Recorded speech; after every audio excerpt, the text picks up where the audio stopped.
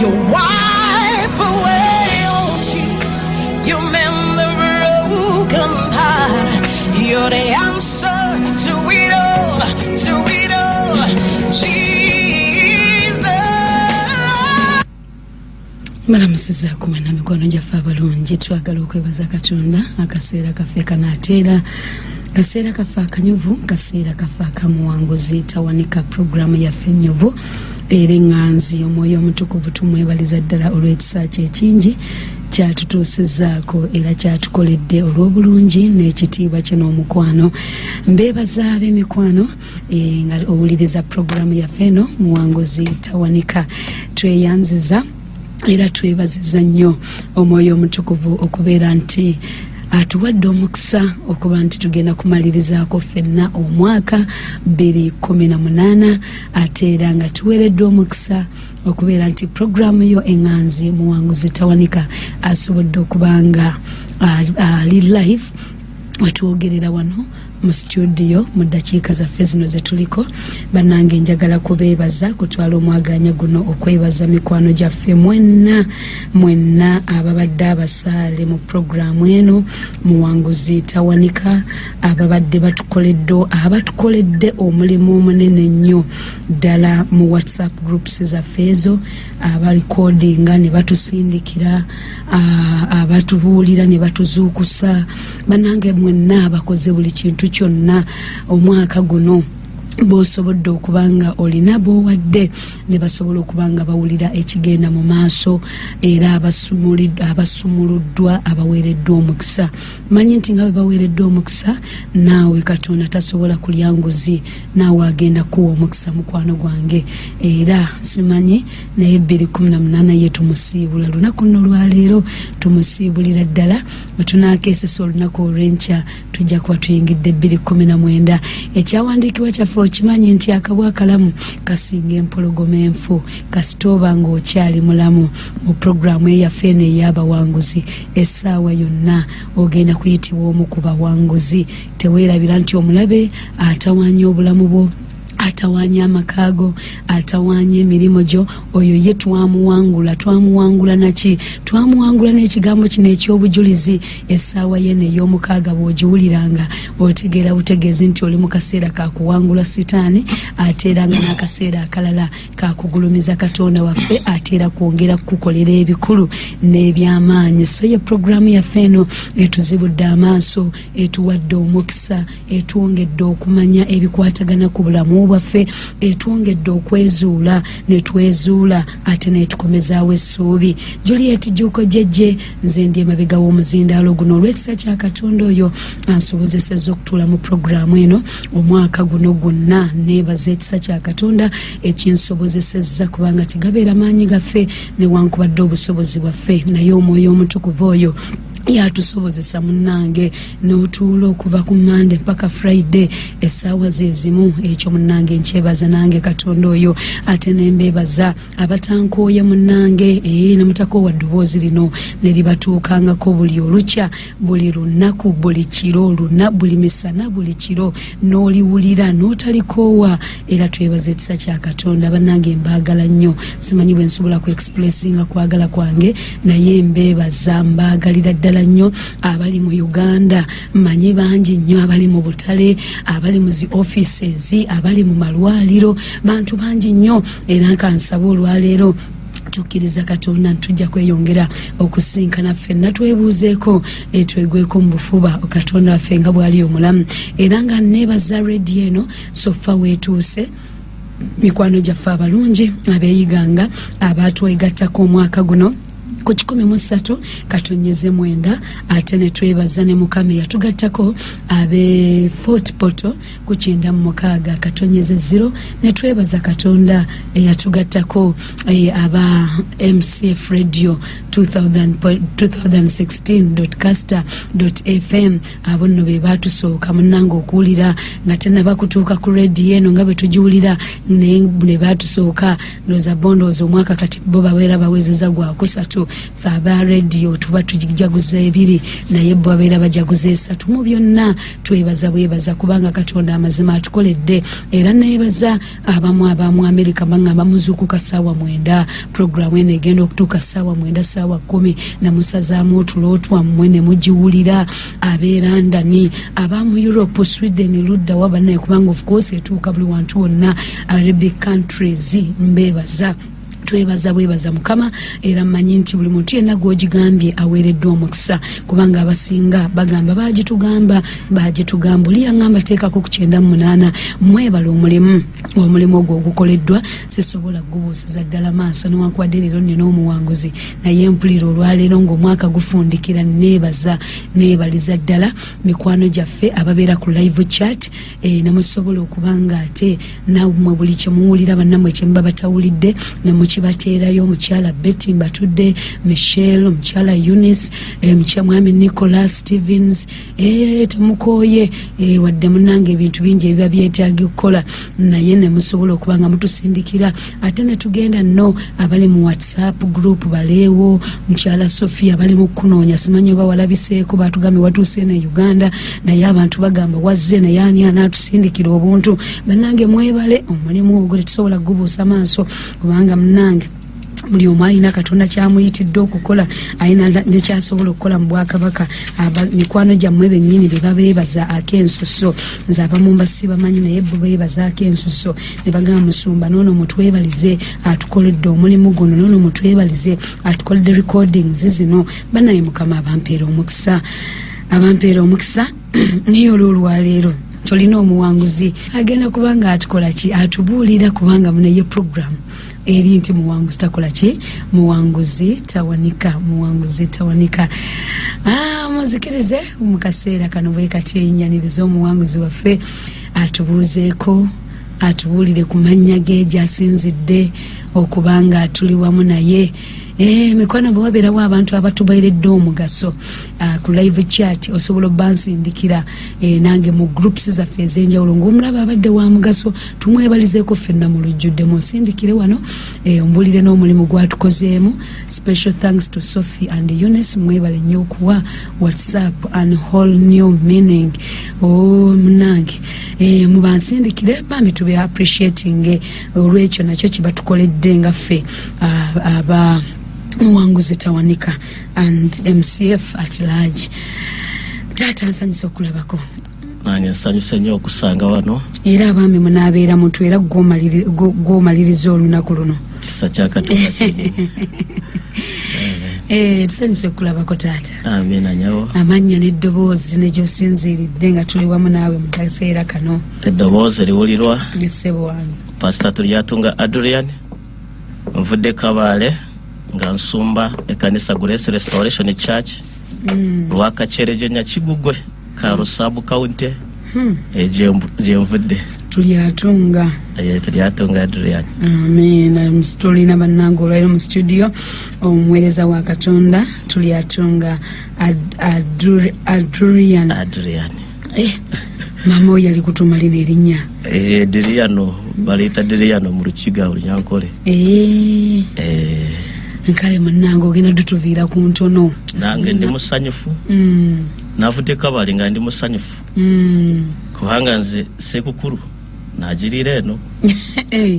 Abala bagenda mu byalo. Nze nvaayo. Gwate ovaayo ddeno. 24 sawa 7 nasoka nendimako 24 nendima wakawo netulima n'omukyala wezawula saa 6 nembagamba mumanyi kusinzira Katonda byangamba kanze mutundwe munonye njogere naye muweereze nesanyuka ne basanyuka mukyala nasibula bulungi nengenda ku mama nengenda kubaweereza ne bansibula bulungi era natuuka wano nga sawa 5 z'ekiro sawa 5 nesanga tetwasabye era nenzirayo nempumula ku Lwokubiri nengende bolobe wa muganda wange netulya Christmas bulungi nebaza Katonda tuli wano kati nze munoonya. Amen. N'abala bavudde mawange eyo bali wano. Amen. Bebaseka sementi abamusewo ne kabanyiga naye nga bawekali.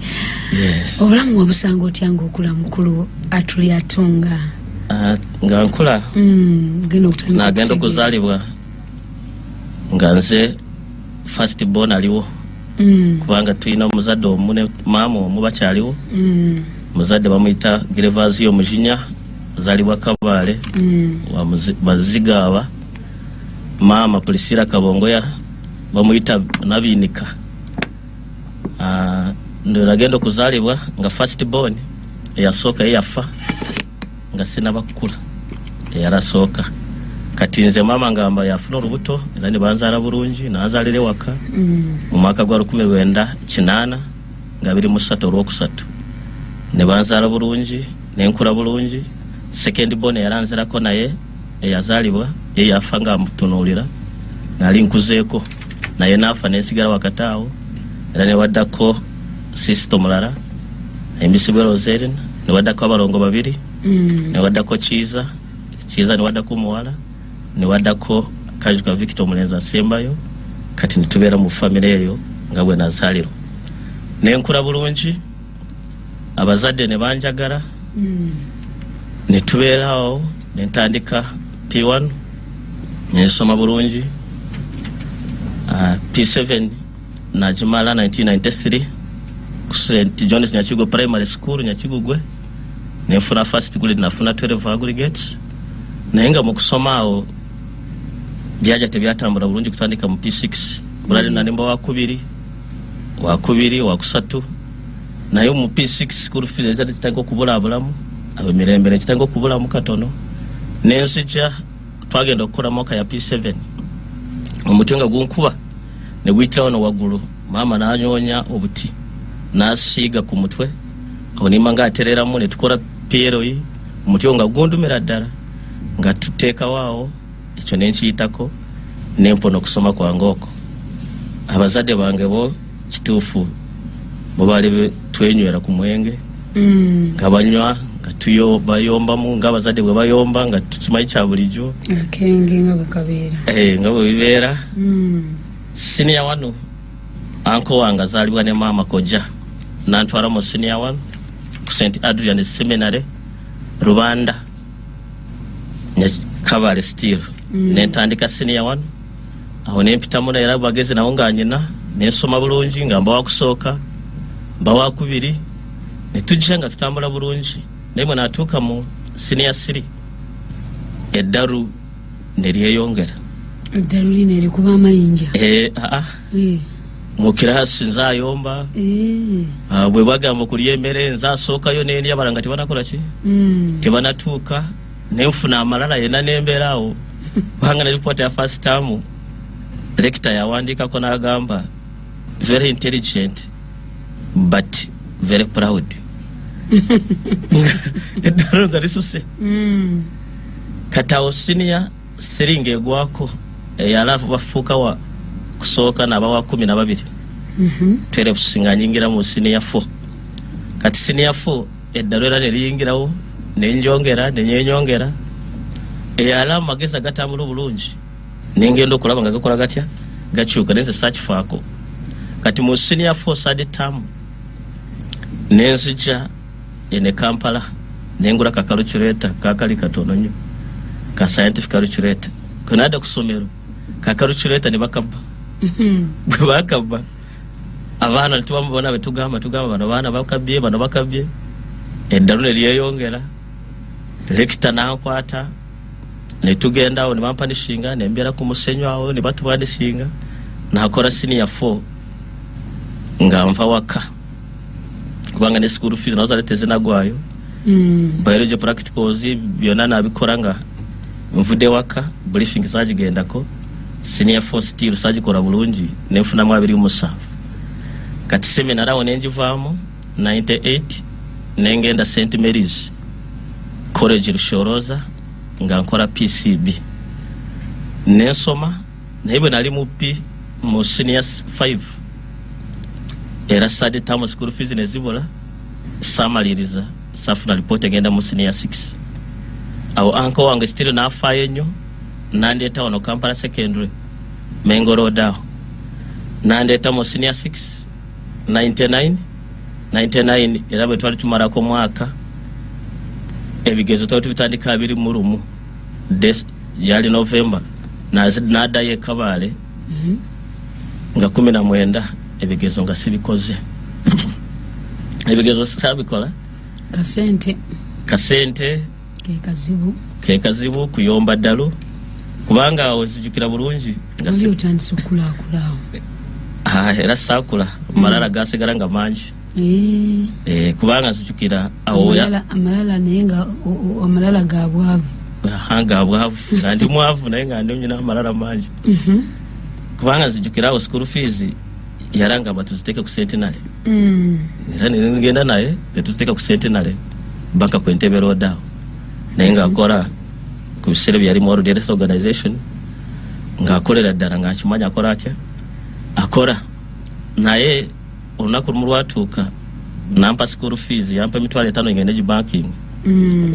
Kati waliwo omuntu yangamba wojo nkyalire ati nze bwe nali ngendewo omu ku brother we Samuel Nyonyora amalala gantwala zene kifo kyogenda kutola school fees ate nze nengenda kukyara era bwe natuuka ne mugamba bwagenda okubuliza byonna anko nasanga nga nakoze ensobi ne kimunyiza bwe natuuka nagamba eyo nawe adogenda kola yoki nakusindise kusomero ate kati eyo nawe adokorotya okora yoki kumacha sayinenya era bwe yazuka nga hino obusungu nagamba kategenda nange nakwata kavera kange ne transport agona linye $5,000 ngenda ku Kibungo coaches nende nyanga nzirawa ekabale kati sente size zabula wabula gali machi dalu gali dalu ngali eri nsumbu kati wenavirawo nentuke kabale era awone nsanga ate kati mvendo kabale amalani ngengera ko busungu kati nanyiga nesunguwa onyigirani olo kati nyingira ako ntangobye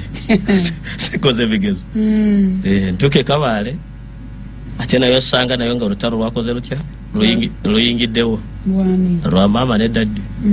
Daddy yakubye mama baliwa mama ali wabwe abana bali waka tunage tukayo nyigira daddy ekyasanyusa bwe natuuka ewa mama bwe mazala nembajayo ne tubeere waka ne tutambula ko bulungi atawo nenvawo nengende Masaka kyazanga anko wange yerere morala yatwala zalibwa ne batata ne tutandika okufumba obuseera buno bw'ekikiga. Ne tubufumba natandikire Katovu awo 19 mu Christmas ngegwa nomaka nga gukomerera nga leero nzawona ali nyine nyambadde enaku obusungu bungi bigezo byitibikoze nga yenna njetamirwe ensi era bali bagamba ajaguza omwaka wajaguza ze naye bakabwe basera gwasanga nga ndi mutulo era enkomero nga bagambe tuuse eyange nali ne basenge tuuse nagenze dda ogwe12 bali bagante ngisegenda kugwawo enga nze wange yawedde wodda netwane biri nemberaawo kati biri gumu nenyingire ekyazanga Masaka era one mara we myaka mingi nasokera mu busera mutandise okwebezaawo obulamu. Nkyakola ne anko. Kati anko nemuvaako nengenda mu kusomesa nensaba ebifo mu Kyazanga BK ne bampa Kyazanga ne bampa Kitora Academy ne bampeera ddala nensomesa Nakatete Government School ne bampa Bijaba nensomesa chemistry, physics, biology ne mathematics. Aho nenfuna ne ku Victoria Primary aho nensomesa maasi obulamu ne butandika buki bulungi aho nendowooza nti birungi bigenda maaso kati biri mugumu era ne pita baganda bange ne tubaja notenga kusoma kubawera school fees nga amaze P7 biri mu ebiri aho waro anko wange yafire Masaka Kyazanga Katovao yafane bampita bwali uruwumula nengenda nzike nkoro orumbe tutatuka ntugura sanduko mwenge byonna rumbe turukora bulungi nempa ne speech ezo zibawera kubafu nziwa bulungi ngojiwa nga zenjiwa byonna zabikoze kati kuvayo mu kutandika biri ndozali biri mwena biri mwesatu nentandika okusomesa nga kuntama butami ngasikyayagala nkolentya somese kati unali kyabirowoozamu kyabifumiza bwembireka ne wajja ba dot services nga bakola amazi gana gatambula water pipes mu Kyazanga kati chance je nayita chance ne wajja engineer nga twasoma mu St. Edward Seminary yali OB wange oyo nampa omulimo nentandika okukola bwa tani boy taka kwetika cement kwetika mitayimbwa emyaka gigenderera emyaka gigenda niweze emeka emyaka ogiweze kata 23 23 byokusoma bivirideko ddala ebyokusoma aho sabivaako kubanga 22 ngegwako nacha ninde sestalinga ono kuli St High School Busega nembere je stalinga nezija netura n'abaana nembikola senior 6 wena abikola biology nafuna mu physics nengwa nefuna F then chemistry nefuna O GP nafuna 5 ali ukoze gundi chi PCB awo alikola PCB enkulabya abo nejikola kubanga nali nyina bano bempera lingamba sija kuddayo kanonye sente aho kiti ekintu harakati njagala ngende mu mazi nkole sente ndala ziweze kubanga z'obusomesa tezikola ki tezimala walio obongo obwewulira okukola PCB nali mbwewulira uje wali eyo kubanga n'abaana nga mwe bamaanyi nga fe bamaanyi wabana bwe mbasomesa nga babitegeera bafuna 3 mu senior 4 nga bayita bulungi abana nga banjagala gatukomewo kati mwami Adrian